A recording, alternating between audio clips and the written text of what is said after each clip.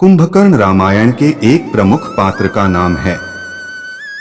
कुंभ अर्थात घड़ा और कर्ण अर्थात कान। बचपन से ही बड़े कान होने के कारण इसका नाम कुंभकर्ण रखा गया था। बचपन से ही इसके अंदर बहुत बल था, इतना कि एक बार में यह जितना भोजन करता था उतना कई नगरों के प्राणी मिलकर भी नहीं कर सकते थे। जब इनके पिता ने तीनों भाइयों को तपस्या करने के लिए कहा और भगवान ब्रह्मा जी ने इन्हें दर्शन दिए तो देवताओं ने माता सरस्वती से प्रार्थना की जब कुंभकर्ण वरदान मांगे तो वे उसकी जिह्वा पर बैठ जाए। परिणाम स्वरूप जब कुंभकर्ण इंद्रासन मांगने लगा तो उसके मुख से इंद्रासन की जगह निंद्रासन, सोते रहने का वरदान निकला, जिसे ब्रह्मा जी ने पूरा कर दिया। परंतु बाद में जब कुंभकर्ण को इसका पश्चाताप हुआ तो ब्रह्मा जी ने इसकी अवधि घटाकर 1 दिन कर दिया, जिसके कारण यह 6 महीने तक सोता रहता, फिर 1 दिन के लिए उठता और फिर 6 महीने के लिए सो जाता। परंतु ब्रह्मा जी ने इसे सचेत किया कि यदि कोई इसे बलपूर्वक उठाएगा तो वही दिन कुंभकर्ण का अंतिम दिन होगा। कुंभकर्ण दिखने में बहुत ही ज्यादा बलशाली और भीमकाय था और आम लोगों से कई गुना ज्यादा भोजन करता था, जिसका वर्णन रामचरितमानस में भी किया गया है। पौराणिक कथाओं में कुंभकर्ण रावण का छोटा भाई था। वह विशाल लेकिन बुद्धिमान और दिल से अच्छा कहा जाता है। उसने रावण को यह बताने की भी कोशिश की कि वह जो कर रहा था वह गलत था। यहाँ यह कहानी है कि 6 महीने तक कुंभकर्ण की नींद कैसे खुली। इंद्र जो देवों के नेता थे, कुंभकर्ण से ईर्ष्या करते थे, जो बहुत बुद्धिमान और बहादुर थे। वह कुंभकर्ण से बदला लेना चाहता था।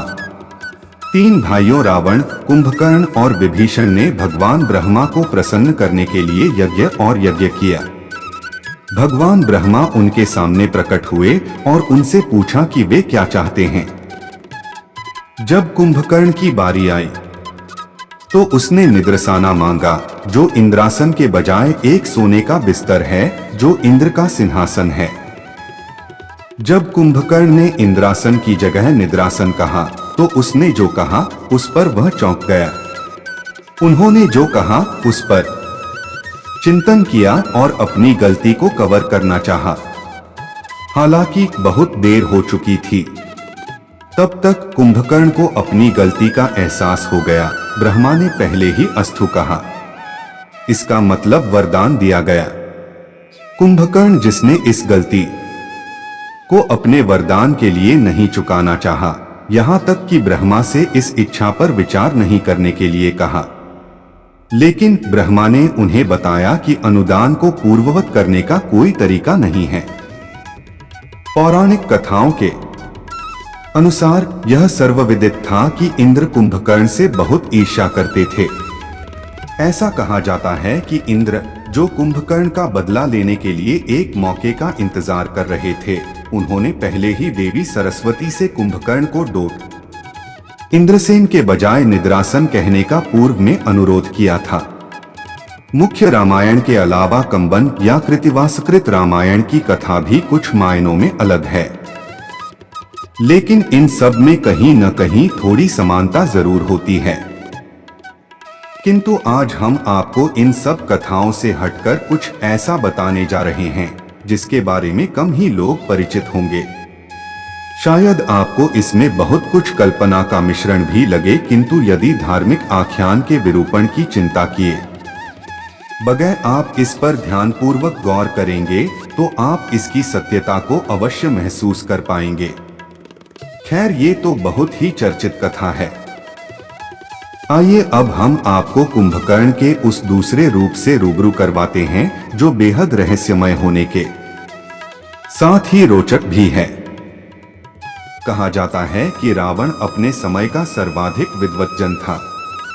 उसके खानदान में एक से एक धुरंधर पड़े थे, जिनकी बौद्धिक क्षमता तत्कालीन विश्व में अतुलनीय थी। परंतु इनमें से कुंभकर्ण एक ऐसा व्यक्तित्व था जिसकी कहानी सचमुच हैरान करने वाली है। कुंभकर्ण के बारे में ऐसा माना जाता है कि वह 6 महीने सोता था। लेकिन एक परम ज्ञानी महर्षि सोकर प्रमादी होकर अपना जीवन क्यों कर व्यतीत करेगा। कई शोधकारों ने कुंभकर्ण की इस लंबी नींद का राजफाश किया है। उनके अनुसार कुंभकर्ण एक वैज्ञानिक था जिसे अपने अत्याधुनिक व अकल्पनीय शोधों के लिए गोपनीय स्थान पर जाना पड़ता था। मान्यतानुसार ये गोपनीय स्थान किष्किंधा के दक्षिण में किसी गुफा में था, जहां पर उसने आश्चर्यजनक रूप से एक भारी भरकम प्रयोगशाला स्थापित कर रखी थी। वह अधिकांश वक्त इसी स्थान पर अपने सहयोगियों के साथ गंभीर व उन्नत किस्म के प्रयोग करता रहता था। इससे हटकर कुछ शोधकर्ता ये दावा करते हैं कि कुंभकर्ण की वैज्ञानिक प्रयोगशाला लैटिन अमेरिकी प्रदेश में थी, जहां जाने व लौटने के लिए वह स्वयं के बनाए अत्याधुनिक विमानों का इस्तेमाल करता था। शोधकारों ने ये भी दावा किया है कि रावण ने स्वचालित हथियार व दिव्यास्त्र सहित कई विमान भी कुंभकर्ण की सहायता से ही हासिल किए थे। जिस पुष्पक विमान का जिक्र वाल्मीकि रामायण में आता है, उसे भी रावण ने कुंभकर्ण से ही बनवाया था। अतुलनीय रूप से इन विमानों की क्षमता आज के वैज्ञानिकों को भी हैरत में डाल देती है। यदि इसे केवल कपोल कथा न मानी जाए तो इस तथ्य को स्वीकार करने में कोई भी परेशानी नहीं होनी चाहिए कि कुंभकर्ण की वैज्ञानिक क्षमता अद्भुत थी तथा वह तत्कालीन विश्व का महानतम शोधकर्ता था। महर्षि वाल्मीकि ने अपने ग्रंथ में कुछ ऐसे दिव्यास्त्रों का नाम लिया है जिनकी विनाश क्षमता बहुत ज्यादा थी। शोधकर्ताओं ने दावा किया है कि ये सभी दिव्यास्त्र कुंभकर्ण की महान बुद्धि के परिचायक थे, जिन्हें उसने अत्यल्प समय में विकसित किया और रावण ने उनकी सहायता से उस समय के लगभग सभी महान वीरों को परास्त किया। हालांकि इन सब वक्तव्यों को शोधकर्ताओं ने किसी पुख्ता आधार पर पुष्ट नहीं किया है और न ही इन्हें सिद्ध करने के लिए किसी भौतिक साक्ष्य का सहारा लिया है। किंतु इसके बावजूद उनके ऐसे कथन कुंभकर्ण की रहस्यमयी नींद का कुछ न कुछ जवाब जरूर देते नजर आते हैं। यह सब काल्पनिक भी हो सकता है, इस बात के कोई साक्ष्य नहीं मिल है। एक, कुंभकर्ण का परिवार। कुंभकर्ण के दादा पुलस्त्य और दादी का नाम हविर्भुवा था। उसके पिता का नाम विश्वश्रवा था। ऋषि विश्वश्रवा ने ऋषि भारद्वाज की पुत्री इलाविदा से विवाह किया था, जिनसे कुबेर का जन्म हुआ। विश्वश्रवा की दूसरी पत्नी कैकसी से रावण, कुंभकर्ण, विभीषण और शूर्पणखा पैदा हुई थी। खर, दूषण, कुंभिनी, अहिरावण और कुबेर कुंभकर्ण के सौतेले भाई थे। 2.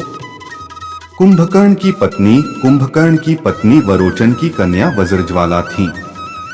उसकी एक दूसरी पत्नी का नाम करकटी था। कुंभपुर के महोदर नामक राजा की कन्या तड़ितमाला से भी कुंभकर्ण का विवाह हुआ। कुंभकर्ण के एक पुत्र का नाम मूलकासुर था, जिसका वध माता सीता ने किया था। दूसरे का नाम भीम था। कहते हैं कि इस भीम के कारण ही भीमाशंकर नामक ज्योतिर्लिंग की स्थापना हुई थी। 3. आविष्कारक कुंभकर्ण रावण की सेना में अस्त्र शस्त्र या यंत्र बनाने वाले एक से एक वैज्ञानिक थे, जैसे शुक्राचार्य, भार्गव, शंबुक और कुंभकर्ण और वज्रज्वाला। कुंभकर्ण अपनी पत्नी वज्रज्वाला के साथ अपनी प्रयोगशाला में तरह तरह के अस्त्र शस्त्र और यंत्र बनाने में ही लगे रहते थे, जिसके चलते उनको खाने पीने की सुध ही नहीं रहती थी। कुंभकर्ण की यंत्र मानव कला को ग्रेट इंडियन पुस्तक में विजार्ड आर्ट का दर्जा दिया गया है। इस कला में रावण की पत्नी धान्य मालिनी भी पारंगत थी। वरदान के पहले और एक दिन जागने के दौरान कुंभकर्ण यह कार्य करता था। 4. एक दिन छोड़कर वर्ष भर सोना।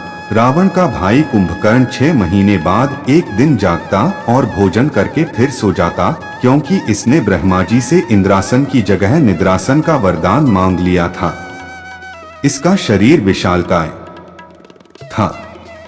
5. खूब खाता था कुंभकर्ण। कहते हैं कि कुंभकर्ण जन्म लेते ही कई लोगों को खा गया था, जिससे घबराकर सारी प्रजा इंद्र से मदद मांगने लगी। उसके बाद इंद्र और कुंभकर्ण के बीच युद्ध हुआ, लेकिन कुंभकर्ण ने इंद्र को हरा दिया था। 6. कुंभकर्ण की मृत्यु। युद्ध के दौरान किसी तरह कुंभकर्ण को जगाया गया। कुंभकर्ण ने युद्ध में अपने विशाल शरीर से वानरों पर प्रहार करना शुरू कर दिया। इससे राम की सेना में हाहाकार मच गया। सेना का मनोबल बढ़ाने के लिए राम ने कुंभकर्ण को युद्ध के लिए ललकारा और भगवान राम के हाथों कुंभकर्ण वीरगति को प्राप्त हुआ। उसके शव के गिरने से लंका का बाहरी फाटक और परकोटा गिर गया।